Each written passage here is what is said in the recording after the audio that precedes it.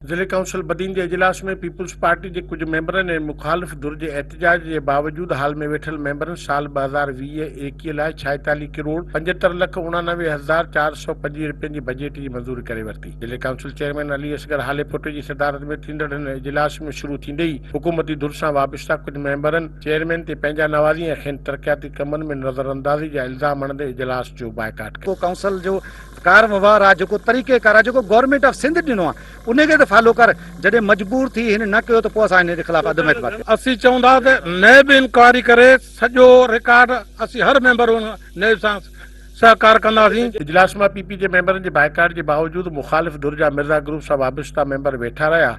हुकूमती मेंबरनि वॉकआउट कयो आहे, उन खां पोइ 17 या 16 मेंबरनि ते हिननि जो कोई सो किराना जो बहानो करे हिननि बजट पास कराई आहे। ॿिए तरफ़ ज़िले काउंसिल के चेयरमैन मुखालिफ़ धुर के एहतजाज के ज़ाती रंजिश करार ॾींदे बजट की तफ़सीलात बाबत आगाह कयो। सभिनी खे बराबरी जी बुनियाद ते असां डेवलपमेंट जा कम ॾिना आहिनि ऐं उन में जेको आहे सो उन्हनि खे कुझु उन्हनि जा गुज़ाती मुश्किल कुझु लॻे, बाक़ी ॿी त अहिड़ी शिकायत कोन थी। ज़िले काउंसिल के 4 सालनि की कारकर्दगी ऐं इजलास में मुखालिफ़ धुर के इल्ज़ाम तराशन जो फैसलो त अवाम के ईंदड़ मकानी चूंडनि में ॾियणो आहे। अहिड़ी सूरत हाल में मुतासिर कीनन अवामी थियणी आहे। कैमरामैन इब्राहिम सां शकूर मेमन, सिंध टीवी न्यूज़ बदीन।